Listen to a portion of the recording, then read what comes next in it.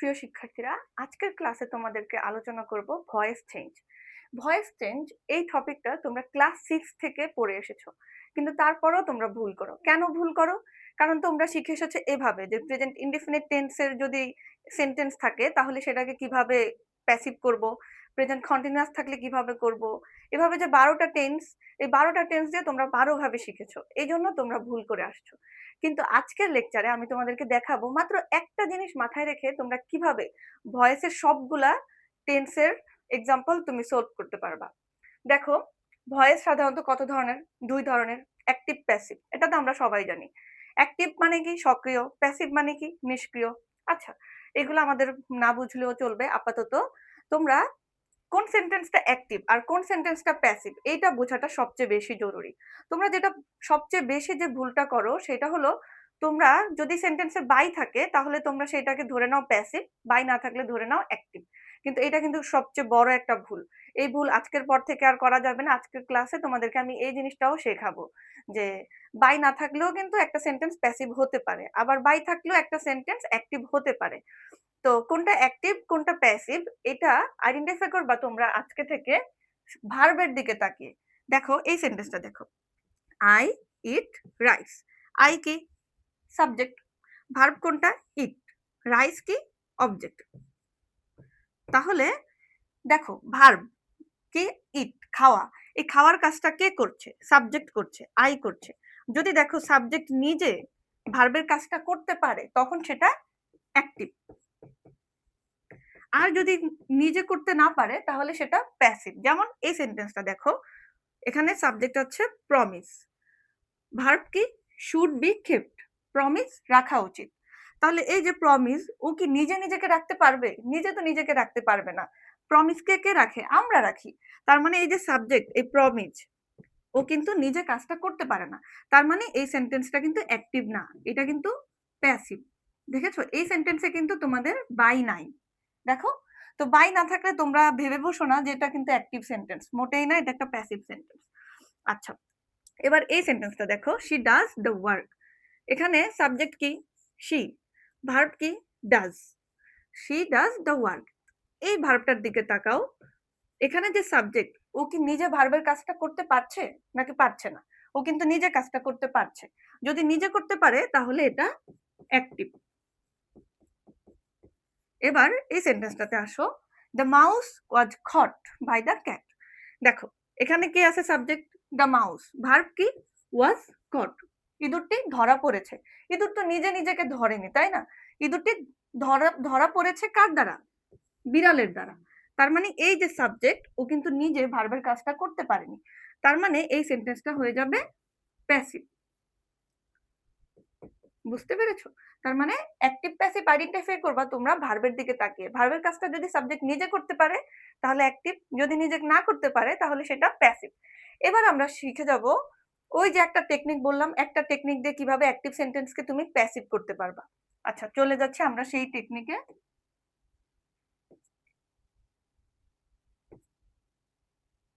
ওকে, চলে এলাম আমরা সেই টেকনিকে।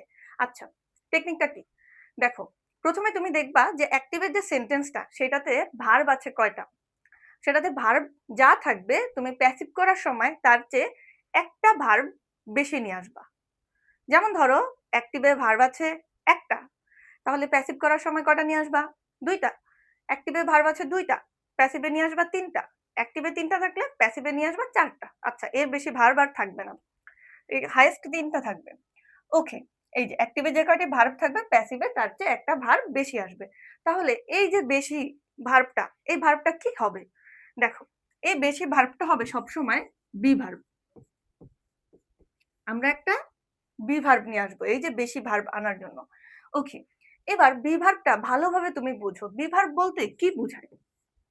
বি ভার্ব বলতে কিন্তু একটা ভার্ব না, এখানে এখানে কিন্তু অনেক ভার্ব আছে। বি ভার্বে থাকে am, is, are. Am, is, are. Be ভার্বে থাকতে পারে was, were. Was, were. Am, is, are কখন বসে? যখন প্রেজেন্ট টেন্স থাকে। ওয়াজ, ওয়ার কখন বসে? যখন পাস্ট টেন্স থাকে। তাহলে বি ভার্বের প্রেজেন্ট ফর্ম কি? Am, is, are. Past form কি? Was, were. আমরা জানি প্রত্যেকটা ভার্বের কিন্তু ৩টা ফর্ম থাকে সাধারণত, present form, past form, past participle form. তাহলে এই যে বি ভার্ব, ওরও তো ৩টা ফর্ম আছে, তাই না? তাহলে ওর পাস্ট পার্টিসিপল ফর্মটা কি? দেখো, ওর পাস্ট পার্টিসিপল ফর্মটা হচ্ছে বিন, ভি3। এটা হচ্ছে ভি3, এটা হচ্ছে ভি1 মানে প্রেজেন্ট ফর্ম, এটা হচ্ছে ভি2, এটা হচ্ছে ভি3। তাহলে প্রত্যেকটা ভার্বের কিন্তু একটা বেস ভার্বও থাকে। যেমন আমি বললাম গো, হ্যাঁ, গো, এটা কিন্তু বেস ভার্ব। এটা যদি প্রেজেন্ট টেন্সে কাজ করে, তাহলে হি যদি আমি লিখি, হি তো থার্ড পারসন সিঙ্গুলার নাম্বার, তো হি এর সাথে কিন্তু গো হবে না, হি এর সাথে কি হবে? গোজ হবে প্রেজেন্ট ইনডিফিনিট টেন্সে। অর্থাৎ যদি এটা প্রেজেন্ট টেন্সে হয়ে যায়, ভি1 হয়ে যায়, গো হয় অথবা গোজ হয়। কিন্তু এটার বেস ভার্ব কি? বেস ভার্ব কিন্তু গো। তাহলে এই বি ভার্বগুলোর বেস ভার্ব কি? এই বি ভার্বগুলোর বেস ভার্ব কিন্তু বি। এটা মাথায় রাখবা, এটা হচ্ছে একদম বেস, ভি0। তাহলে আমরা কি পেয়ে গেলাম? ভি0 পাইলাম, ভি1 পেলাম, ভি2 পেলাম, ভি3 পেলাম। এবার আমরা আসি এই যে গো, এটার সাথে যদি তুমি আইএনজি লাগাও, তাহলে কিভাবে লাগাবা? দেখো, বেস ফর্মের সাথে কিন্তু আমরা আইএনজি লাগাই, গোয়িং। তুমি কিন্তু গোজের সাথে আইএনজি লাগাতে পারবা না। আমরা সবসময় কি করি? বেস ভার্বের সাথে আইএনজি লাগাই। তাহলে এই যে বি ভার্ব, এটা যেহেতু একটা ভার্ব, এটার সাথে যদি আমরা আইএনজি যোগ করতে চাই, তাহলে কিন্তু এই যে বেস, বেস যে বিটা, এটার সাথে আইএনজি যোগ করতে হবে, বিং। তার মানে আমরা বি ভার্বের একদম বেসিকটা ভালোভাবে শিখো। বি ভার্ব বলতে একটা ভার্ব না, সেখানে অনেকগুলো ভার্ব আছে। প্রেজেন্ট টেন্সে কি হবে? এম হবে, ইজ হবে অথবা আর হবে। পাস্ট টেন্সে কি হবে? ওয়াজ বা ওয়্যার। আর পাস্ট পার্টিসিপল ফর্মে কি হবে? বিন। যখন আমরা আইএনজি যোগ করতে চাইবো, তখন কি হবে? বিং। এবার আমরা শিখে ফেলবো এই যে be verb, am, is, are, was, were, been, being, এগুলা দিয়ে কিভাবে তুমি প্যাসিভ গুলা সলভ করে ফেলতে পারো, অ্যাক্টিভ থেকে প্যাসিভ কিভাবে করে ফেলতে পারো। দেখো, সবসময় বললাম যে সবসময় শুধু এই জিনিসটা মাথায় রাখবা যে অ্যাক্টিভে তোমার যে কয়টা ভার্ব থাকবে, প্যাসিভে তার চেয়ে একটা ভার্ব বেশি থাকবে।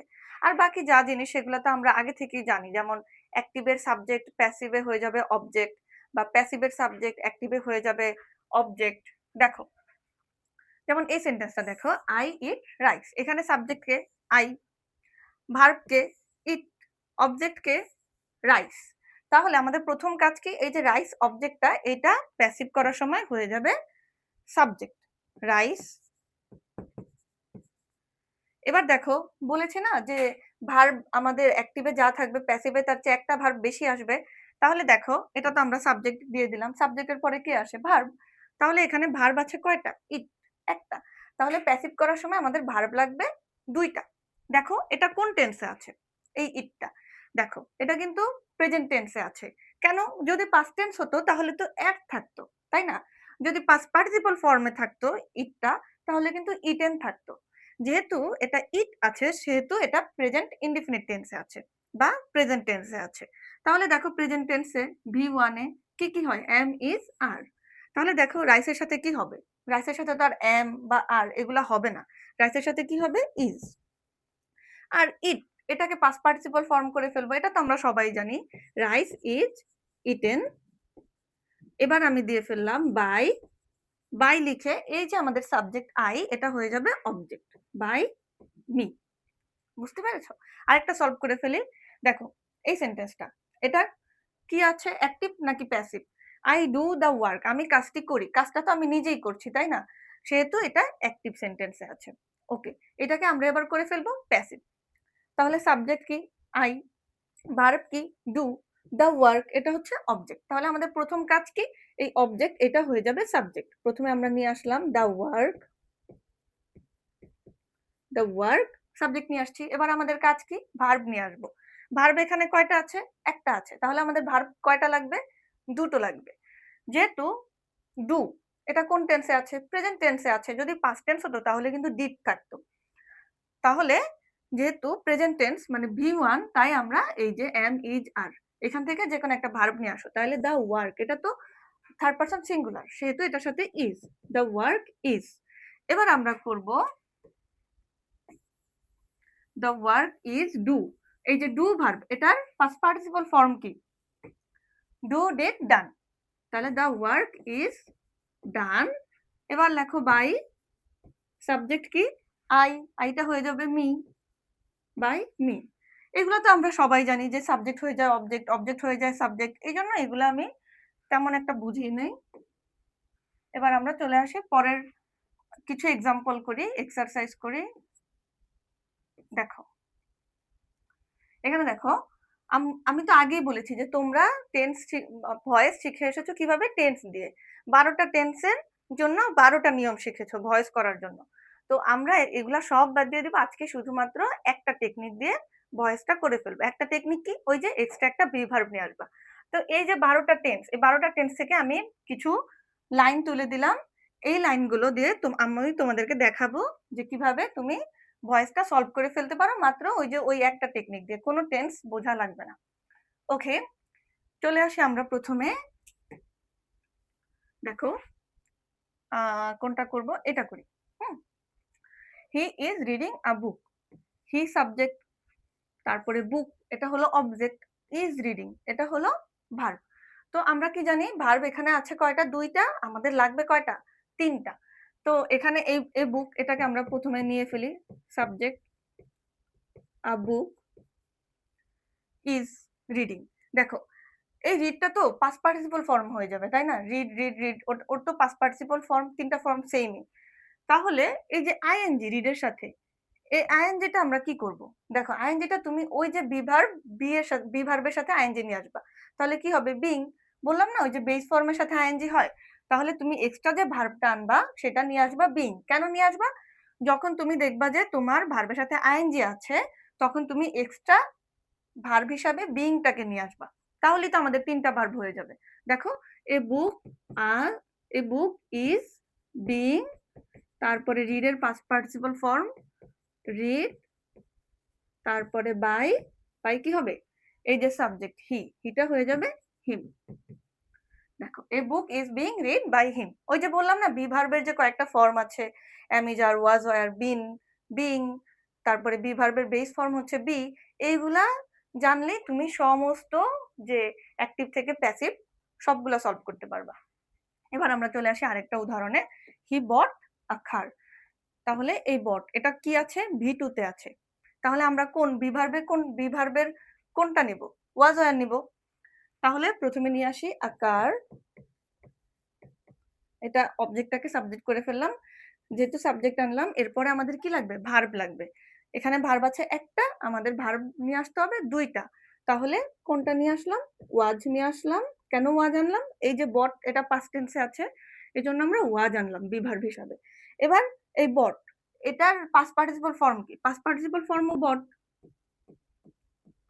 আ কার ওয়াজ বট বাই, কি হবে? হিয়ার অবজেক্ট ফর্ম কি? হিম। ওকে, এবার আমরা এটা সলভ করি। হ্যাঁ, 8 নম্বর রুলটা সলভ করি। কি আছে? We will help them. Subject we, আর ভার্ব কয়টা আছে? দুইটা, উইল হেল্প। তারপরে অবজেক্ট কি আছে? দেম। এখানে যেহেতু দুইটা ভার্ব, আমাদের লাগবে তিনটা ভার্ব। তিনটা ভার্ব কোনটা আনবো? বি ভার্বের তো অনেকগুলা ভার্ব আছে। তো এখানে আমরা কোনটা নিয়ে আসবো? দেখো, এখানে উইল আছে। উইল কি? উইল কিন্তু একটা মডেল অক্সিলিয়ারি। আমরা রাইট ফর্ম অফ ভার্বে শিখেছি যে মডেল অক্সিলিয়ারি ভার্বের পরে সব সময় কিন্তু বেস ভার্ব হয়। যেমন ক্যান, ক্যান ডু হবে, ক্যান ডাস কিন্তু হবে না, ক্যান গো হবে, ক্যান গোস কিন্তু হবে না। তার মানে কি ভার্বগুলার একদম বেস ফর্ম হয়। তাহলে এখানে যেহেতু উইল আছে, তাহলে বি ভার্বের বেস ফর্ম কোনটা? বি। তাহলে আমরা একটা বি নিয়ে আসবো। দেখো কিভাবে সলভ করি। ওকে, কি দিব? দেম। দেমটা হয়ে যাবে সাবজেক্ট, অবজেক্টটা হয়ে যাবে সাবজেক্ট দে। এবার আমরা ভার্ব নিয়ে আসি উইল, এক্সট্রা ভার্ব কি নিয়ে আসবো? বি। They will be. হেল্পের পাস্ট পার্টিসিপল ফর্ম কি? হেল্প বাই, কি হবে? দেম। দেখেছো এই জিনিসটাকে তোমরা এতদিন কিভাবে শিখে আসছো? উই উইল হেল্প দেম এটা আছে ফিউচার ইনডিফিনিট টেন্সে। ফিউচার ইনডিফিনিট টেন্স থাকলে আমরা একটা বি যোগ করব, এভাবে শিখে এসেছো। আবার এটা ছিল পাস্ট ইনডিফিনিট টেন্সে, পাস্ট ইনডিফিনিট থাকলে আমরা ওয়াজ যোগ করব। এটা হচ্ছে past continuous tense, past continuous tense থাকলে আমরা ওয়াজ ওয়ার সাথে বিং নিয়ে আসবো। এভাবে করে আমরা পড়ে এসেছি। তো এই যে আলাদা আলাদা টেন্সের জন্য আলাদা আলাদা রুলস, এত কিছু তো আমার মনে রাখার দরকার নাই, তাই না? আমি শুধু বি ভার্বের যে কয়েকটা ফর্ম আছে এগুলা মনে রাখবো, আর ভার্বটা কিভাবে আছে সেই অনুযায়ী আমরা যে গ্রামারের একদম বেসিক দিয়ে সবকিছু সলভ করে ফেলবো। বেসিক কি? উইল। উইল এটা মডেল অক্সিলারি, মডেল অক্সিলারির পরে আমরা জানি বি হয়, আমরা নিয়ে আসবো বি। ফিউচার ইনডিফিনিট হওয়ার কারণে আমার বি আনতে হয়েছে, এত কিছু তো আমার মনে না রাখলেও চলবে, তাই না? দেখো আরেকটা সলভ করি। এখানে আছে ওয়াচিং, আইএনজি। তাহলে আগেই তো বললাম ওই যে ভার্বের সাথে যদি আইএনজি থাকে এই আইএনজিটা এখান থেকে উঠে যাবে, উঠে গিয়ে কার সাথে চলে আসবে? বির সাথে আইএনজি চলে আসবে, অর্থাৎ বিইং আসবে। এখানে এক্সট্রা ভার্ব হিসাবে বিইং আসবে। তাহলে কি হবে? অবজেক্ট কোনটা? টিভি। সাবজেক্ট কোনটা? হি। তাহলে টিভিটা হয়ে যাবে সাবজেক্ট। টিভি, ভার্ব নিয়ে আসি উইল। এখানে ভার্ব আছে কয়টা? 3টা। তাহলে আমরা ভার্ব এখন লাগবে কয়টা? 4টা। তাহলে will be being was. Will be being was এর পাস্ট পার্টিসিপল ফর্ম কি? Was by him. দেখো এভাবে করে কিন্তু আমরা সবগুলা সলভ করে ফেলতে পারবো। যেমন দেখো আমরা সরাসরি এগুলার অ্যান্সারে চলে যাচ্ছি। দেখো যেমন দে ওয়ার প্লেইং ফুটবল, প্লের সাথে আইএনজি ছিল, তাহলে এই আইএনজিটা আমরা প্লে থেকে উঠিয়ে দিব। উঠিয়ে কি করব? একটা বিইং নিয়ে আসবো, আর বাকি সবকিছু সেম। এখানে ওয়ার আছে আর প্লেইং আছে, দুইটা ভার্ব আছে, আমাদের লাগবে 3টা ভার্ব এক্সট্রা, আমরা বিইং নিয়ে আসবো। তাহলে এই ফুটবল অবজেক্টটাকে করে ফেললাম সাবজেক্ট। ফুটবল, ফুটবলের সাথে তো আর ওয়ার হবে না, তাই না? যেহেতু এটা সিঙ্গুলার। তাহলে এখানে হবে কি? Was. Football was being played by them. খুব ইজি। এবার আমরা চলে আসি এটাতে, 7 নম্বরটাতে। এটা একটু মনোযোগ দিয়ে দেখো। এখানে আছে কি? I had cleaned the room. এখানে ভার্ব কয়টা? হ্যাড একটা, ক্লিনড একটা, দুইটা ভার্ব। দেখো হ্যাডের পরে কিন্তু আমরা সবসময় মনে রাখবা যে ভি3 হয়, অর্থাৎ এই যে হ্যাভ ভার্ব, হ্যাভ ভার্বের মধ্যে কি কি আছে? হ্যাভ, হ্যাজ, হ্যাড, এগুলার পরে সবসময় ভি3 হয়। এটা কিন্তু তোমাদের রাইট ফর্ম অফ ভার্বের একটা রুল। দেখো আমরা গ্রামার গুলো যদিও আলাদা আলাদা সেকশন হিসাবে পড়ি, যেমন রাইট ফর্ম অফ ভার্বস এর জন্য আমরা এক ধরনের রুলস শিখি, আর অন্যান্য যে গ্রামারের যে টপিক গুলো আছে এগুলোর জন্য আমরা অনেক রুলস শিখি, কিন্তু এই সবগুলো রুলস কিন্তু একটা আরেকটার সাথে কানেক্টেড। দেখো এই যে রাইট ফর্ম অফ ভার্বস এর যে রুল হ্যাভ হ্যাজ হ্যাড এর পরে ভি3 হয়, এটা কিন্তু এখানেও কাজে লাগবে। যেহেতু এখানে হ্যাভ হ্যাজ হ্যাড আছে সেহেতু আমার ভি3 আনতে হবে। তো বি ভার্বের ভি3 কি? আগেই বলেছিলাম, বিন। সেহেতু আমরা এখানে এক্সট্রা ভার্ব হিসাবে কি নিয়ে আসবো? বিন নিয়ে আসবো। তাহলে এটা কিভাবে হবে? এটা হচ্ছে অবজেক্ট, অবজেক্টকে করে ফেললাম সাবজেক্ট দ্য রুম। এখানে ভার্ব আছে 2টা, আমার লাগবে 3টা, এক্সট্রা ভার্ব কি? বিন। তাহলে হ্যাড বিন ক্লিনড এর past participle form cleaned, had been cleaned by me. দেখেছো আমাদের যে সূত্র কি বলে? সূত্রতে বলছে যে অ্যাক্টিভে যা ভার্ব আছে প্যাসিভে তার চেয়ে একটা ভার্ব বেশি থাকবে। এখানে ভার্ব আছে 2টা, এখানে দেখো ভার্ব আছে 3টা। দেখেছো? এবার আমরা আরেকটা সলভ করি। এইটা দেখো, they will have finished the work. তাহলে এখানে ভার্ব আছে কয়টা? 3টা। উইল হ্যাভ ফিনিশড, দেখো হ্যাভ আছে, তাহলে আমরা এক্সট্রা ভার্ব কোনটা আনবো? বিন আনবো। কেন? হ্যাভ হ্যাজ হ্যাড এর পরে ভি3 হবে। দেখো দ্য ওয়ার্ক এটা হলো অবজেক্ট, এটাকে নিয়ে আসলাম সাবজেক্ট হিসাবে দ্য ওয়ার্ক। তাহলে উইল হ্যাভ নিয়ে আসবো কি? বিন। Will have been. এই ফিনিশড এর past participle form finished by them. খুব ইজি। এভাবে করে করে তোমরা সবগুলা সলভ করে ফেলতে পারবা। দেখো আমরা যে আগের স্লাইডটা ওইখানের কয়েকটা জিনিস দেখিয়ে দিই তোমাদেরকে। দেখো এই জিনিসটা দেখো, I am going to buy a car. দেখো কি আছে এখানে? ভার্ব এম গোয়িং টু, অর্থাৎ ভার্ব আছে 2টা, তাহলে আমাদের ভার্ব কয়টা লাগবে? 3টা লাগবে। তাহলে এটা এটা কিভাবে করবা? দেখো এখানে এ কার, এটা হলো অবজেক্ট, তাহলে এটাকে নিয়ে আসলাম সাবজেক্ট হিসাবে। আখার, এমটা হয়ে যাবে কি? আখারের সাথে কি হয়? ইজ হয়, আখার ইজ। তাহলে এই গোয়িং টু, এই গোয়িং টু, টু এর পরে দেখো রাইট ফর্ম অফ ভার্বসে আমরা আরেকটা জিনিস শিখেছি যে টু, এই টু এর পরে কিন্তু ভার্বের বেস ফর্ম হয়। তাহলে গোয়িং টু এই ভার্বটার পরে বি ভার্বের বেস ফর্ম হবে, বি হবে। Going to be, a car is going to be, তারপরে এই যে বাই, বাইয়ের past participle form bought bought by me. Very easy. Okay, তেমনি দেখো, you must be explaining the subject. এখানে ভার্ব কয়টা আছে? তিনটা আছে। কি আছে? আইএনজি আছে। তাহলে আমরা এক্সট্রা ভার্ব কি আনবো? বিইং আনবো। তাহলে কি হবে? দ্য সাবজেক্ট, এটা হয়ে যাবে, এখানে তো এটা অবজেক্ট হিসাবে আছে, এটা হয়ে যাবে সাবজেক্ট হিসাবে। The subject, the subject must be, must be, এই আইএনজিটার জন্য আমি নিয়ে আসবো কি? বিং। Must be being. এবার এক্সপ্লেইন এর পাস্ট পার্টিসিপল ফর্ম কি? এক্সপ্লেইন, এক্সপ্লেইন, তারপরে দিব বাই, বাই দিয়ে এই যে ইউ, ইউ এটা সাবজেক্ট, এটা হয়ে যাবে object, your object form you. তাহলে এই যে হয়ে গেল। দেখেছো, এভাবে কিন্তু তোমরা সবগুলা একদম সলভ করে ফেলতে পারো। এই যে অট টু ওবে আছে, অট টু, টু আছে, এই যে টু আছে, তাহলে এখানে এক্সট্রা ভার্বটা কি আসবে? বি আসবে। কি হবে? আমার parents ought to be obeyed by us. হয়ে গেল। এভাবে করে আমরা সমস্ত অ্যাক্টিভ গুলোকে প্যাসিভ করে ফেলতে পারবো।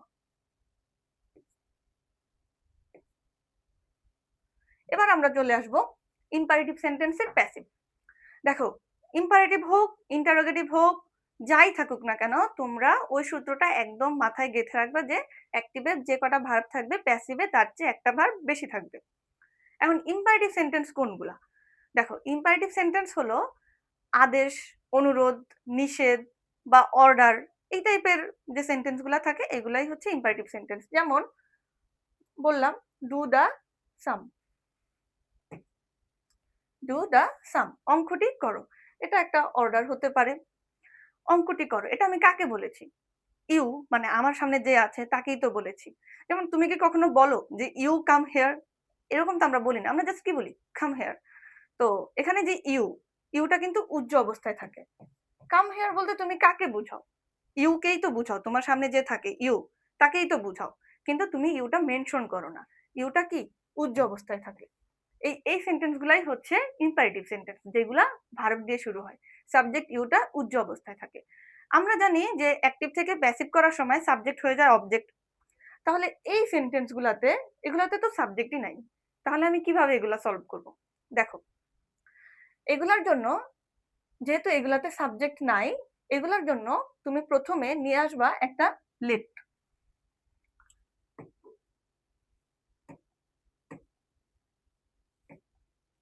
কি নিয়ে আসবা? লেট নিয়ে আসবা। দেখো, এটা সলভ করি। শাট দ্য ডোর, দরজাটা বন্ধ করো। প্রথমে নিয়ে আসবা লেট। এবার এখানে এটা তো তোমার ভার্ব, তাই না? এটা হচ্ছে অবজেক্ট, দ্য ডোর, এই অবজেক্টটা হয়ে যাবে কি? সাবজেক্ট। Let the door. আমরা কি জানি? অ্যাক্টিভে যে কটা ভার্ব থাকবে, প্যাসিভে তার চেয়ে একটা ভার্ব বেশি থাকবে। এখানে ভার্ব আছে কয়টা? 7, একটা। তার মানে প্যাসিভ করার সময় আমাদের ভার্ব আসবে 2টা। এক্সট্রা ভার্ব আমি কি আনবো? দেখো, সবসময় মনে রাখবা এই যে লেট, এই লেটের পরে কিন্তু একটা টু উজ্জ অবস্থায় থাকে। যেমনি ভাবে ওই যে এতক্ষণ দেখছো না, ইউটা যেভাবে উজ্জ অবস্থায় থাকে, ঠিক তেমনি লেটের পরে একটা টু থাকে, কিন্তু একটা উজ্জ অবস্থায় থাকে। তো টু এর পরে বিভার্ব গুলার কোন ফর্ম হয়? বিভার্বের বেস ফর্ম হয় বি। টু এর পরে আমরা একটু আগেই তো শিখলাম যে টু এর পরে ভার্বের বেস ফর্ম হয়, তাহলে বি ভার্বের বেস ফর্ম বি, এটা টু এর পরে এটা হবে। তো লেটের পরে যেহেতু টুটা উজ্জ অবস্থায় থাকে, সেহেতু আমরা এখানে ভার্ব হিসাবে একটা বি নিয়ে আসবো। Let the door be. এবার যে আমার শাট, এটার পাস্ট পার্টিসিপল ফর্ম দাও। শাটের পাস্ট পার্টিসিপল ফর্ম তো শাট, তিনটা ফর্ম সেম, শাট শাট শাট। তাহলে লেট দ্য ডোর বি শাট। দেখো, এখানে ভার্ব ছিল একটা, আমার হয়ে গেছে এখন 2টা। আমাদের যে সূত্র, এই সূত্র অনুযায়ী এইটুকু সমস্যা সমাধান করে ফেললাম। এবার লেট দ্য ডোর বি শাট, শেষ। এখানে যেহেতু কোনো সাবজেক্ট নাই, সেহেতু আমরা আর বাই দিয়ে কোনো কিছু লিখবো না। দেখো, একদম প্রথমেই আমি তোমাদেরকে বলেছি যে বাই দিয়ে অ্যাক্টিভ নাকি প্যাসিভ এটা কিন্তু আইডেন্টিফাই করতে যাবা না। কেন? দেখো, এই সেন্টেন্সটা এখানে কিন্তু কোনো বাই দিয়ে কিছু বলেনি, তার মানে কি এটা প্যাসিভ না? এটা তো প্যাসিভ সেন্টেন্স। এজন্য বললাম যে বাই দিয়ে অ্যাক্টিভ নাকি প্যাসিভ এটা আইডেন্টিফাই করতে যাবা না, সবসময় ভার্বের দিকে তাকাবা। ওকে, এবার আমরা যদি এরকম থাকে, নট থাকে, তখন কিভাবে সলভ করব? আচ্ছা, আগে আমরা ১ নম্বরটা সলভ করি। Pen through the line. তাহলে এখানে ভার্ব কোনটা? ভার্ব হচ্ছে পেন। আর অবজেক্ট কোনটা? অবজেক্ট হচ্ছে দ্য লাইন। এখন তুমি বলতে পারো যে পেন, এটা তো কলম, আমরা জানি এটা নাউন, এটা কিভাবে ভার্ব হয়, তাই না? এটা একটা ভ্যালিড কোশ্চেন। আচ্ছা, মাঝে মাঝে যে নাউন, এই নাউন ওয়ার্ডগুলা কিন্তু ভার্বের কাজ করতে পারে। যেমন দেখো, পেন, পেন অর্থ কি? কলম। কিন্তু এটা যদি ভার্বের কাজ করে তাহলে কলমের কাজ কি? দাগ দেওয়া। তাহলে এটার অর্থ হয়ে যাবে দাগ দেওয়া। পেন অর্থ কলম, কিন্তু ভার্ব হিসাবে বসলে এটার অর্থ হয়ে যাবে দাগ দেওয়া। যেমন ধরো ওয়াটার, ওয়াটার এটা একটা নাউন, এটার অর্থ কি? ওয়াটার অর্থ পানি। কিন্তু যদি এটা ভার্বের কাজ করে তাহলে এটা হয়ে যাবে পানি দেওয়া। যেমন দেখো, আমি বললাম ওয়াটার দ্য প্লান্টস, গাছে পানি দাও। এটাও কিন্তু একটা imperative sentence. Water the plants, গাছে পানি দাও, এখানে কিন্তু এটা ভার্ব। তো মনে রাখবা যে আমরা যে পার্টস অফ স্পিচের যে কয়েকটা ওয়ার্ড শিখি, যে noun, pronoun, adjective, verb, adverb, এগুলা কিন্তু ফিক্সড না, কনস্ট্যান্ট না। এগুলা সেন্টেন্সে কোথায় বসছে সেই অনুযায়ী কিন্তু এগুলার নাম চেঞ্জ হয়ে যেতে পারে। দেখেছো যে নাউন গুলা কিভাবে ভার্বের কাজ করে? তো এইগুলা হচ্ছে ওই যে আইডেন্টিফাইং পার্টস অফ স্পিচ যখন শিখবা তখন এগুলা খুব সহজেই বুঝতে পারবা। আচ্ছা, তাহলে পেন এটা হচ্ছে ভার্ব। তো এই যে অবজেক্ট, এটাকে আমরা প্রথমে সাবজেক্ট করে ফেলবো, তার আগে কি নিয়ে আসবো? লেট নিয়ে আসবো। কেন? ইম্পারেটিভ সেন্টেন্স তাই। লেট। এবার অবজেক্টটা হয়ে যাবে সাবজেক্ট, লেট দ্য লাইন। এবার কি নিয়ে আসবো? ওই যে বললাম লেটার পরে একটু উজ্জ্ব অবস্থায় থাকে, তাই বি ভার্ব হিসাবে বি নিয়ে আসবো। Let the line be. এবার এই ভার্ব পেন, পেনের পাস্ট পার্টিসিপল ফর্ম হয়ে যাবে পেন, পেন থ্রু। এক্সট্রা যে থ্রুটা এটা লিখে দিলাম। ওকে, এবার আসো আমরা এটা করে ফেলি। যেহেতু ওইগুলা যদি বুঝে থাকো এটা তুমি নিজেই সলভ করতে পারবা, তাও আমি দেখিয়ে দিচ্ছি। এখানে ভার্ব হচ্ছে ডু, দ্য সাম এটা হলো অবজেক্ট, তাহলে আমি লিখে ফেললাম লেট, অবজেক্টটা হয়ে যাবে সাবজেক্ট, লেট দ্য সাম। এবার আমরা এক্সট্রা ভার্ব হিসেবে নিয়ে আসবো বি, তারপরে ডুটা হয়ে যাবে ডান, ডান, সরি বাই তো আর হবে না যেহেতু এটা imperative sentence. Let the sum be done. Okay, দেখো এখানে ভার্ব আছে একটা, আমার ভার্ব নিয়ে আসছি আমি কয়টা? দুইটা। সব সময় এই জিনিসটা মাথায় রাখবা যে অ্যাক্টিভে ভার্ব যে কয়টা থাকবে, প্যাসিভে তার চেয়ে একটা ভার্ব বেশি থাকবে। ওকে, এবার চলে আসি আমরা এই sentence, do not waste your time. দেখো এখানে তোমার ভার্ব কয়টা? দেখো ভার্ব হচ্ছে ওয়েস্ট, আর ডু এটা কিন্তু তোমার ভার্ব না। কেন ভার্ব না? দেখো, আমি যদি বলি আই ইট রাইস, এখানে ভার্ব কয়টা আছে? একটা। এখানে কিন্তু কোনো অক্সিলারি ভার্ব নাই। আমি যদি এটাকে নেগেটিভ করতে যাই তাহলে আমি কি বলবো? যদি বলি আই নট ইট রাইস, আমার সেন্টেন্স কিন্তু ভুল হবে। তো রাইট ফর্ম অফ ভার্বস করার সময় তোমরা আরেকটা রুলস শিখেছো, যেটা হচ্ছে যে তোমার কোনো সেন্টেন্সকে যদি নেগেটিভ করতে হয়, সেখানে যদি অক্সিলারি ভার্ব না থাকে, দেখো কোনো অক্সিলারি ভার্ব নাই, অক্সিলারি ভার্ব না থাকে, তাহলে এক্সট্রা ভার্ব হিসাবে আমরা ডু, ডাজ, ডিড নিয়ে আসবো। কেন নিয়ে আসবো? ওই যে নটের কারণে। আই, এখানে তো যেহেতু এটা প্রেজেন্ট টেন্সে আছে তাহলে এটা হয়ে যাবে কি? I do not eat rice, I not eat rice, এটা তো আর হবে না। যদি এখানে এক থাকতো, এক, তাহলে তুমি কি নিয়ে আসতা? ডিড নিয়ে আসতে পারতা, I did not eat rice. তাহলে এই ডু, ডাজ, ডিড এটা কিন্তু নটের কারণে আসছে, এটা কিন্তু ওর যে সেন্টেন্স, সেন্টেন্সের ভিতরের কোনো ভার্ব না, অক্সিলারি ভার্ব না। এটা জাস্ট এই যে নট, নট নিয়ে আসতে হবে, আর এখানে কোনো অক্সিলারি ভার্ব নাই, এই জন্য আমরা একটা এক্সট্রা ডু, ডাজ, ডিড নিয়ে আসছি। তাহলে এই সেন্টেন্সে আমাদের ভার্বটা কিন্তু ওয়েস্ট, ডু কিন্তু ভার্ব না। ডু কেন আসছে? এই যে নটের কারণে। তাহলে এখানে যেহেতু আমাদের ওয়েস্ট একটা ভার্ব আছে, প্যাসিভ করার জন্য আমাদের কয়টা ভার্ব লাগবে? দুইটা ভার্ব লাগবে। দুইটা ভার্ব কি কি? দেখো, ইউর টাইম এটা হলো অবজেক্ট, তাহলে এটাকে আমরা বানিয়ে ফেলি সাবজেক্ট, তার আগে কি দিতে হবে?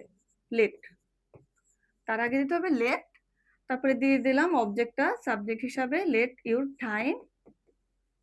তারপরে যেহেতু টুটা উজ্জ্ব অবস্থায় থাকে সেহেতু বি, তারপরে এখানে ভার্ব আছে ওয়েস্ট, এটা হয়ে যাবে ওয়েস্টেড। দেখো তাহলে এখানে ভার্ব ছিল একটা, আমার ভার্ব চলে আসছে কয়টা? দুইটা। ওকে, তোমরা ইম্পারেটিভে এটা মনে রাখলেও হবে যে ইম্পারেটিভ করার সময় আমি একটা লেট নিয়ে আসবো, লেটের সাথে ভার্ব হিসাবে বি নিয়ে আসবো। আর ওইটা তো আমি জাস্ট বেসিকটা দেখিয়ে দিলাম যে বিটা কেন আসছে, অন্য ভার্ব কেন আসছে না। তাহলে এটা যদি তোমরা বুঝে থাকো এটাও তুমি সলভ করে ফেলতে পারবা। এটা কি হবে? ফেল, এটা হচ্ছে ভার্ব, এ লাই এটা হচ্ছে object. Late a lie, sorry এখানে তো নট আছে, যেহেতু নট আছে এই নটটা তুমি লেটের পরেই বসায় দিবা।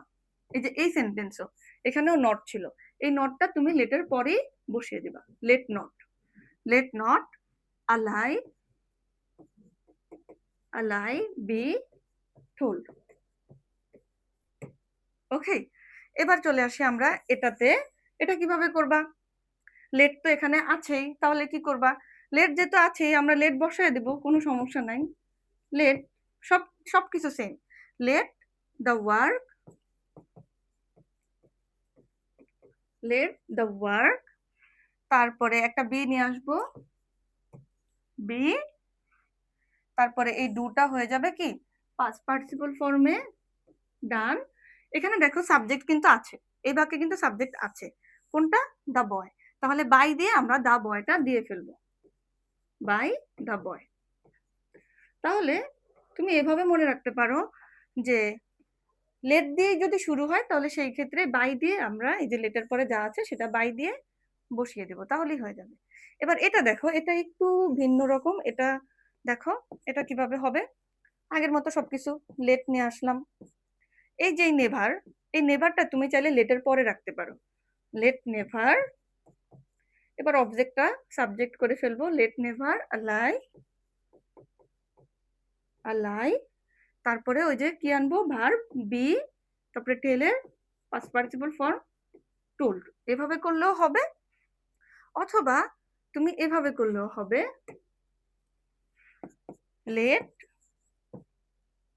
লেটের পরে আমরা এই যে আগের মতো আগে যেভাবে করেছিলাম অবজেক্টটা নিয়ে আসবো, লেট এ লাই, তারপরে তুমি নেভারটা আনতে পারো, লেট এ লাই নেভার, তারপরে এক্সট্রা ভার্ব কি আনি আমরা লেটের সাথে?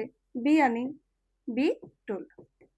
তাহলে এটা দুই ভাবেই হবে, let a lie never be told অথবা let never a lie be told, দুই ভাবেই হবে। ওকে, তাহলে ইম্পারেটিভ সেন্টেন্সে আমরা কি দেখলাম? লেট আসবে, আর ভার্ব হিসাবে কোনটা আসবে? বি আসবে।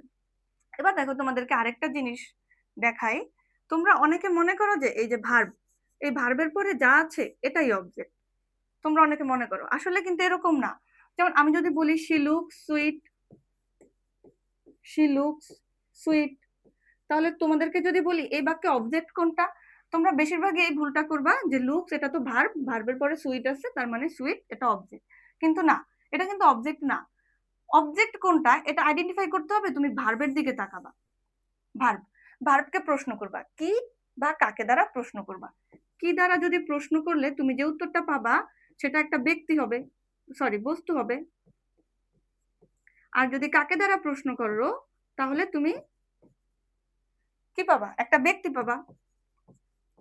যদি বস্তু পাও তাহলে সেটা বস্তুবাচক অবজেক্ট, যদি ব্যক্তি পাও তাহলে সেটা ব্যক্তিবাচক অবজেক্ট। এখন যদি আমি বলি শি লুক সুইট, সে কি দেখায়, তাহলে তো আমি উত্তর পাচ্ছি না। তাকে সুন্দর দেখাচ্ছে, সে তো দেখাচ্ছে না, তাই না? তাহলে আমরা উত্তর পাচ্ছি না। কাকে দ্বারা প্রশ্ন করলে তাও আমি উত্তর পাচ্ছি না, তার মানে এটা কিন্তু অবজেক্ট না। এই সেন্টেন্সে আসো, আমি যদি বলি শাট দ্য ডোর, যদি বলি কি বন্ধ করো, তাহলে আমি কি উত্তর পাই? যে দরজা, দরজাটি বন্ধ করো, তার মানে এটা একটা অবজেক্ট, এটা কি বস্তুবাচক অবজেক্ট। তারপরে এটাকে যদি প্রশ্ন করি ডু নট টেল এ লাই, কি বলবে না? আলাই, মিথ্যা বলবে না, তাহলে এই এই উত্তরটা পেলাম, এটা একটা অবজেক্ট, এটা হচ্ছে বস্তুবাচক অবজেক্ট। যেমন দেখো এ বাক্যে দেখো she writes a letter, সে কি লেখে? সে কি লেখে? আ লেটার, একটি লেটার লেখে, তাহলে এই লেটার কিন্তু একটা অবজেক্ট। তারপরে দেখো উই উইল হেল্প দেম, আমরা কাকে সাহায্য করব? বললাম না কি বা কাকে দ্বারা প্রশ্ন করবা, কাকে সাহায্য করব? দেম, তাদেরকে সাহায্য করব। তাহলে এটা একটা অবজেক্ট। এটা কি? বস্তুবাচক অবজেক্ট। দেখো এখানে কিন্তু সব জায়গায় একটা একটা অবজেক্ট আছে। এ বুক এটা একটা অবজেক্ট, এ তারপরে এ লেটার এটা একটা অবজেক্ট, দেম এটা একটা অবজেক্ট, একটা একটা অবজেক্ট আছে। এবার দেখো ইম্পারেটিভ সেন্টেন্সে যদি প্লিজ বা কাইন্ডলি থাকে তাহলে কিভাবে করবে? ইম্পারেটিভ সেন্টেন্সে যদি প্লিজ বা কাইন্ডলি থাকে তাহলে তোমরা কিভাবে অ্যাক্টিভ থেকে প্যাসিভ করবে? ইম্পারেটিভ সেন্টেন্সে আমরা জানি আদেশ বোঝায়, অনুরোধ বোঝায়। তো এই যে অনুরোধ বোঝানোর জন্য যখন প্লিজ থাকবে অথবা কাইন্ডলি থাকবে তখন কি করবা? এটা সবচেয়ে বেশি ইজি। এই যে প্লিজ বা কাইন্ডলি যাই থাকুক এটার বদলে তুমি জাস্ট লিখে দিবা ইউ আর রিকোয়েস্টেড টু। বাকি যা আছে এই যে ভার্ব থেকে শুরু করে ফুল স্টপ পর্যন্ত সবকিছু সেম। যেমন দেখো তাহলে এটা কি হবে? Please give me some more time. এটা কি হবে? You are requested to, you are requested to, requested to, তারপরে এই যে ভার্ব থেকে শুরু করে ফুল স্টপ পর্যন্ত টু কি হবে? Give me some more time, give me some more time. এবার আসো পরের সেন্টেন্সে। পরের সেন্টেন্সে কি আছে? Please don't smoke. এখানে তো আবার একটা নট আছে, তাহলে কিভাবে করবা? সবকিছুই একদম সেম, জাস্ট এই যে টু লিখেছো না, এখানে লিখবা যে you are requested not to, you are requested not to, তারপরে কি বললাম? এই যে ভার্ব থেকে শুরু করে ফুল স্টপ পর্যন্ত। তো এখানে ভার্ব কোনটা আছে? স্মোক, শুধু স্মোক, তাহলে লিখে দিবা you are requested not to smoke. এখন তুমি বলতে পারো যে তাহলে ডুটা কোথায় যাবে? আচ্ছা, ডুটা কিন্তু মূলত এই যে এই সেন্টেন্সের কিন্তু ভার্ব না। ডুটা এখানে কেন আসছে? ওই যে আমরা রাইট ফর্ম অফ ভার্বসে একটা রুল শিখেছি না, যে কোনো সেন্টেন্সে নেগেটিভ করার সময় যদি ওই সেন্টেন্সে অক্সিলারি ভার্ব না থাকে তাহলে কি আনতে হবে? ডু, ডাজ, ডিড আনতে হবে। তার মানে এই সেন্টেন্সটাকে নেগেটিভ করার জন্য এই ডুটা আসছে। ডুটা কিন্তু মূলত সেন্টেন্সের ভার্ব না। তাহলে কি হবে? You are requested not to smoke, you are requested not to, তাহলে এই যে ভার্ব স্মোক। বুঝতে পেরেছো? ওকে, এবার দেখো take a cup of tea please. তাহলে এটা কি হবে? একদম easy, you are requested to take a cup of tea. Okay, এই যে এখন দেখো আমরা কি বলেছি যে অ্যাক্টিভ সেন্টেন্সে ভার্ব যা থাকবে প্যাসিভ সেন্টেন্সে তার চেয়ে একটা ভার্ব বেশি থাকবে। তাহলে এই যে প্লিজ ডোন্ট স্মোক, এখানে ভার্ব আছে কয়টা? একটা, স্মোক। তাহলে এই সেন্টেন্সে দেখো ভার্ব আছে কয়টা? এই যে আর রিকোয়েস্টেড, আর আছে একটা, তারপরে হচ্ছে এভাবে দেখো ভার্ব কিন্তু একটা বাড়তি চলে আসছে। এবার আমরা পরের পার্টে চলে যাচ্ছি। দেখো যদি ইম্পারেটিভ, যদি তোমার অ্যাসার্টিভ সেন্টেন্সে রিফ্লেক্সিভ প্রোনাউন থাকে, রিফ্লেক্সিভ প্রোনাউন কোনগুলা? আই রিফ্লেক্সিভ প্রোনাউন কি? Myself. We reflexive pronoun কি? Ourselves. সেলফ না কিন্তু, সেলফ না, এটা হয়ে যাবে কি? সেলফস। কেন? আওয়ার সেলফ বলতে আমরা মানে উই বলতে আমরা কতজনকে বুঝি? অনেক মানুষকে বুঝি। তো উই রিফ্লেক্সিভ প্রোনাউন হচ্ছে আওয়ার সেলফ। তো আওয়ার সেলফ বলতে আমরা অনেক মানুষজনকে বুঝি, একজন না কিন্তু। এই জন্য এই সেলফটা প্লুরাল ফর্মে হয়ে যাবে। ঠিক তেমনি দেম সেলফ বলতে আমরা অনেক মানুষজনকে বুঝি, এই জন্য দেম সেলফ না, হয়ে যাবে দেম সেলফস। আর ইউর সেলফ এবং ইউর সেলফ দুটোই হতে পারে। যদি আমরা একজনকে বুঝাই তাহলে ইউর সেলফ, যদি একজনের বেশি বুঝাই তাহলে ইউর সেলফস। ওকে, এবার আমরা দেখব যে এই যে রিফ্লেক্সিভ প্রোনাউনগুলো থাকলে কিভাবে অ্যাক্টিভ থেকে প্যাসিভ করবে। তাহলে এই যে রিফ্লেক্সিভ প্রোনাউনগুলো তোমাদের অবজেক্টের জায়গায় থাকবে সব সময়। তো রিফ্লেক্সিভ প্রোনাউন থাকলে তুমি সাবজেক্ট যা থাকবে তাই থাকবে, আর এই অবজেক্ট যা থাকবে তাই থাকবে। তার মানে কি সাবজেক্ট আর অবজেক্ট একদম সেম থাকবে। আমরা কি জানি অ্যাক্টিভ থেকে প্যাসিভ করার সময় অ্যাক্টিভ সেন্টেন্সের যে সাবজেক্ট সেটা প্যাসিভে হয়ে যায় অবজেক্ট, আবার অ্যাক্টিভ সেন্টেন্সের অবজেক্ট প্যাসিভে হয়ে যায় সাবজেক্ট। কিন্তু এখন কিন্তু এগুলা কিছুই হচ্ছে না, এখানে সাবজেক্ট অবজেক্ট সেম থাকবে। তাহলে কিভাবে করব? দেখো সাবজেক্টের সাবজেক্ট লিখে দিলাম হি। এবার এই যে আমি সবসময় বললাম যে অ্যাক্টিভে যা ভার্ব থাকবে প্যাসিভে তার চেয়ে একটা ভার্ব বেশি থাকবে। তাহলে এখানে ভার্ব আছে কয়টা? একটা, তার মানে আমাদের ভার্ব লাগবে দুইটা। তাহলে এই ভার্বটা কোন ফর্মে আছে? দেখো V2 তে আছে। তাহলে বি ভার্বের V2 কি? ওয়াজ, ওয়ার, হি এর সাথে ওয়াজ, হি ওয়াজ কিলের ফার্স্ট পার্টিসিপাল ফর্ম কি? Killed, he was killed by কি হবে, এই যে যা আছে সেম, বাই হিমসেলফ। ওকে, এবার আমরা পরের উদাহরণে চলে যাই। She fans herself. দেখো এখানে সাবজেক্ট, এটা হচ্ছে ভার্ব, এটা হচ্ছে অবজেক্ট। এখন তুমি বলতে পারো যে ফ্যান তো নাউন, ফ্যান কিভাবে ভার্ব হয়? দেখো একটু আগেও শিখিয়েছি যে নাউনগুলোও কিন্তু ভার্বের কাজ করে। ভার্বের কাজ করলে এর অর্থ কি হয়ে যাবে? ফ্যান অর্থ পাখা, আর ফ্যান যদি ভার্ব হিসাবে কাজ করে তাহলে অর্থ হয়ে যাবে বাতাস করা। শি ফ্যানস হারসেলফ, তাহলে এটা কিভাবে হবে? শি এর শি সেম, ফ্যানস যেহেতু ফ্যানস আছে তার মানে এটা V1 এ আছে। V1 এ কি আমরা কি জানি যে সাবজেক্ট থার্ড পারসন সিঙ্গুলার হলে ভার্বের সাথে এস বা ইএস, তাই আমরা বি ভার্বের V1 কোনগুলা? এম, ইজ, আর, তাহলে শি এর সাথে ইজ, শি ইজ। ফ্যানের পাস্ট পার্টিসিপল ফর্ম কি? ফ্যান, শি ইজ ফ্যান্ড, তারপরে বাই দিয়ে হারসেলফ। ওকে, এবার আমরা চলে যাচ্ছি নেক্সট এক্সাম্পলে।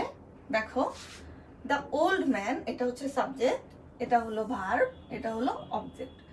তাহলে সাবজেক্টে subject same, the old man. এখন দেখো ভার্ব আছে এখানে একটা, আমাদের ভার্ব লাগবে কয়টা?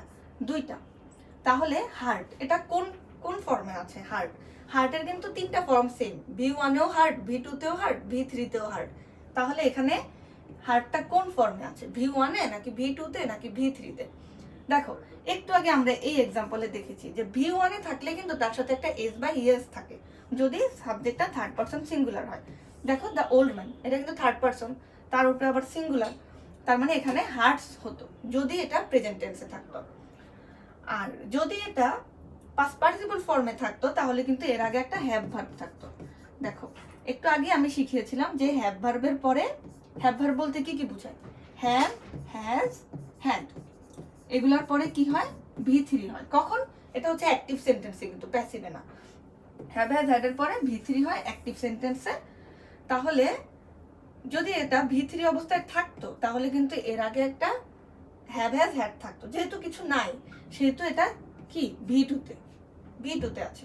তাহলে কি হবে? যেহেতু V2 তে আছে আমরা বি ভার্বের V2 একটা নিয়ে আসবো। দ্য ওল্ড ম্যান ওয়াজ, হার্টের পাস্ট পার্টিসিপল ফর্ম হার্ট, বললাম না হার্টের তিনটা ফর্ম সেম, তাহলে হার্ট বাই হিমসেলফ, তাই আছে? এই যে এবার আমরা নেক্সট এক্সাম্পলে চলে যাচ্ছি। দে হেল্প দেমসেলফ, এটা ওইগুলো বুঝে থাকলে এটাও বুঝে থাকবা। দে বসে যাবে, হেল্প প্রেজেন্ট টেন্সে আছে, এটা দে, এটা কিন্তু থার্ড পারসন, কিন্তু দে কিন্তু সিঙ্গুলার না, প্লুরাল। এজন্য এই যে হেল্প, এই ভার্বের সাথে কোনো এস হয়নি, তাই এটা যেহেতু প্রেজেন্ট টেন্সে আছে তাহলে আমরা নিয়ে আসলাম দে আর, তারপরে হেল্পের past participle form help by themselves. Okay, এখন তুমি বলতে পারো এটা প্রেজেন্ট টেন্সে কেন আছে, পাস্ট টেন্সে কেন নাই? পাস্ট টেন্সে থাকলে তো হেল্প থাকতো, তাই না? আর পাস্ট পার্টিসিপল ফর্ম হলে তো তার আগে একটা হ্যাভ ভার্ব থাকতো। যেহেতু এগুলো কিছুই নাই তার মানে এটা প্রেজেন্ট টেন্সে। ওকে, দেখে ফেললাম আমরা রিফ্লেক্সিভ প্রোনাউনের প্যাসিভ। এবার দেখো যদি ডাবল অবজেক্ট থাকে তাহলে কি হবে? আমরা তখন যতগুলো অ্যাক্টিভ করেছি, অ্যাক্টিভ থেকে প্যাসিভ করেছি, সব জায়গায় কিন্তু একটা অবজেক্ট ছিল, আমরা অবজেক্টকে সাবজেক্ট করে ফেলছি। এখন আমরা দেখাবো যে ডাবল অবজেক্ট থাকলে কিভাবে করবে। ডাবল অবজেক্ট থাকলে আমরা কোনটাকে সাবজেক্ট করব? যেমন দেখো I gave him, I gave him a book, এই যে a book, এটা একটা অবজেক্ট, আবার হিম এটা একটা অবজেক্ট, দুইটা অবজেক্ট আছে। তাহলে আমরা কোনটাকে সাবজেক্ট করব? আচ্ছা, প্রথমে আমরা অবজেক্ট জিনিসটা একটু বুঝি। দেখো আমি তোমাকে দুইটা সেন্টেন্স বললাম, আই গো হোম, আরেকটা বললাম আই ইট রাইস। দেখো আমি যদি জিজ্ঞাসা করি যে এই দুইটা সেন্টেন্সের মধ্যে অবজেক্টগুলো বের করো, তাহলে তোমরা কি করবা? তোমরা বলবা এই যে এটা হচ্ছে ভার্ব, ভার্বের পরে যা আছে তাই অবজেক্ট, এটা ভার্ব, ভার্বের পরে যা আছে তাই অবজেক্ট। তার মানে তোমরা বলবা যে হোম একটা অবজেক্ট, রাইস একটা অবজেক্ট। কিন্তু আসলে কি তাই? এগুলো কিন্তু সবগুলো কিন্তু অবজেক্ট না। যেমন হোম এটা কিন্তু অবজেক্ট না, রাইস এটা একটা অবজেক্ট। তাহলে তুমি কিভাবে বুঝবা যে কোনটা অবজেক্ট আর কোনটা অবজেক্ট না? দেখো অবজেক্ট আইডেন্টিফাই করার জন্য তুমি ভার্বকে প্রশ্ন করবা, ভার্বকে প্রশ্ন করবা। কি দিয়ে প্রশ্ন করবা? কি দিয়ে অথবা কাকে দিয়ে। কি দিয়ে প্রশ্ন করলে তুমি একটা বস্তু পাবা, তাহলে যে বস্তুটা পাবা সেটাই হচ্ছে বস্তুবাচক অবজেক্ট। আর কাকে দ্বারা প্রশ্ন করে তুমি একজন ব্যক্তি পাবা, সেটা হলো ব্যক্তিবাচক অবজেক্ট। তাহলে তুমি এই সেন্টেন্সটা, এই যে আই গো হোম, গো কে প্রশ্ন করো যে আমি কি যাই, কি যাই, এটা কি কোনো প্রশ্ন হয় যে আমি কি যাই? তার মানে আমি কোনো উত্তর পাচ্ছি না, তার মানে হোম কিন্তু অবজেক্ট না। এই সেন্টেন্সটা দেখো, আই ইট রাইস, আমি কি খাই, তাহলে কিন্তু উত্তর পাচ্ছ, রাইস উত্তর পাচ্ছ, তার মানে রাইস একটা অবজেক্ট। কি অবজেক্ট? বস্তুবাচক অবজেক্ট, যেহেতু আমরা বস্তু পেয়েছি। তেমনি এই সেন্টেন্সে দেখো, আই গেভ হিম আ বুক, আমি তাকে কি দিয়েছি, তাহলে কি পাই? আ বুক পাই, তার মানে এটা একটা বস্তুবাচক অবজেক্ট। আর যদি আমি কাকে দ্বারা প্রশ্ন করি, আই গেভ হিম, আমি কাকে দিয়েছি, তাহলে আমরা কি পাই? হিম পাই, তার মানে এটা একটা ব্যক্তিবাচক অবজেক্ট। ওকে, তাহলে এই সেন্টেন্সে আমরা দুটোই পেয়ে গেলাম, ব্যক্তিবাচক অবজেক্ট, বস্তুবাচক অবজেক্ট। আজকের পর থেকে ভার্বের পরে যাই আছে তাকে অবজেক্ট ভাবা বন্ধ করে দাও। অবজেক্ট বের করতে হলে তুমি ভার্বকে প্রশ্ন করবা, কি দিয়ে প্রশ্ন করবা, অথবা কাকে দ্বারা প্রশ্ন করবা। ওকে, এখন আমাদের সমস্যা হলো যে এখানে যেহেতু দুইটা অবজেক্ট, আমি কোন অবজেক্টটাকে সাবজেক্ট ধরে প্যাসিভ করব। দেখো, দুইটা অবজেক্টের দুইটাকেই সাবজেক্ট ধরে প্যাসিভ করা যায়। যদি আমি হিমটাকে সাবজেক্ট ধরি, তাহলে হিমের সাবজেক্ট লেখো হি, তারপরে সবকিছু আগের মতো। এখানে ভার্ব আছে একটা, তার মানে আমাদের ভার্ব আনা লাগবে দুইটা। গেভ মানে V2 তে আছে, তাই আমরা বি ভার্বের V2 কোনটা? হি ওয়াজ। এবার গেভের পাস্ট পার্টিসিপাল ফর্ম কি? Given, he was given. এবার এই যে বস্তুবাচক অবজেক্টটা, এটা তুমি বাইয়ের আগে লিখে দিবা, বাই, এখানে একটা বাই দিয়ে থাকবে না, এই বাইটার আগে লিখে দিবা হি ওয়াজ গিভেন আ বুক। তারপরে কি লিখবা? বাই, কাকে দিয়েছে? আই, আইটার বস্তুবাচক অবজেক্ট হয়ে যাবে আইটা হয়ে যাবে me. He was given a book by me. তাহলে আমরা কি দেখলাম? এই যে হিম ব্যক্তিটাকে আমরা যদি সাবজেক্ট ধরে করি, তাহলে কিভাবে আমরা প্যাসিভ করব।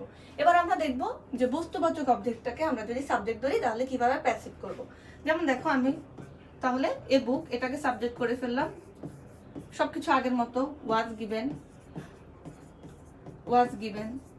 এবার দেখো, ওয়াজ গিভেনের পরে এই যে তোমার ব্যক্তিবাচক অবজেক্টটা আছে না, এটা লিখে দিবা, টু দিয়ে এই ব্যক্তিবাচক অবজেক্টটা লিখে দিবা, টু হিম, তারপরে সব আগের মতো, বাই মি। অর্থাৎ আমরা কি শিখলাম? ডাবল অবজেক্ট থাকলে আমরা যদি ব্যক্তিটাকে সাবজেক্ট বানাই, তাহলে সবকিছুই same, he was given a book by me. কিন্তু আমরা যদি বস্তুবাচক অবজেক্টটাকে সাবজেক্ট ধরি, তাহলে আমাদের কি করতে হবে? এই যে টু দিয়ে আমাদের ব্যক্তিবাচক অবজেক্টটা লিখে দিতে হবে।